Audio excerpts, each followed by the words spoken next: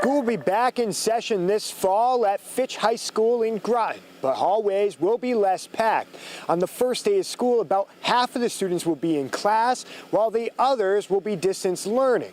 Parents and students I talked to say that any time in the classroom is a good thing. The distance learning was a good alternative to last year, but I definitely hope we go back at least some portion of the week. Ashley Spring and her teammates' hopes were confirmed Monday evening when the Groton School Board voted to pass a hybrid reopening model for the fall. The model would include 2 days of in-class teaching and 3 distance learning days a week. I feel pretty safe going back. And Connecticut's doing super well as a state, so I definitely feel more comfortable going back. Not only do the students feel comfortable, but parents say it's needed for their mental health. Jennifer Spring is a psychiatrist and says she saw a rise in anxiety, depression, and in suicide attempts among her clients due to the lack of social interactions and routine. These kids need to be around their peers, they need to be in class instruction, they need to be face-to-face with their teachers, and they need to be living life as normally as possible. The hybrid model will go into place for all schools in the district. Students with last names A through M will be in class Mondays and Tuesdays,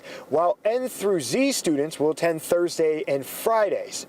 The rest of the week, they will be distance learning. The school district is working on live streaming classes and modifying online learning platforms to better engage students.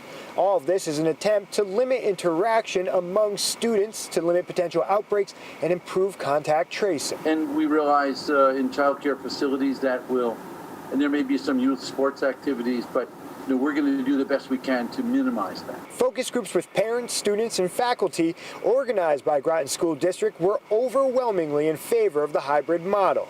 There are still details to be ironed out, like the before and after school program. They say those will be open only to students on the days they are in class. I think the child care is obviously a huge issue, and we need to, as a community, we need to get all these resources lined up. The Groton School Board says they will be constantly reassessing the plan as the year goes on, which could include a full return back to the classroom or a move fully online, depending on how things go. Now, parents will also have the option to send their kids back into the hybrid plan or have them be fully online, and that option can be changed throughout the year. In Groton, Dave Puglisi, Fox 61 News.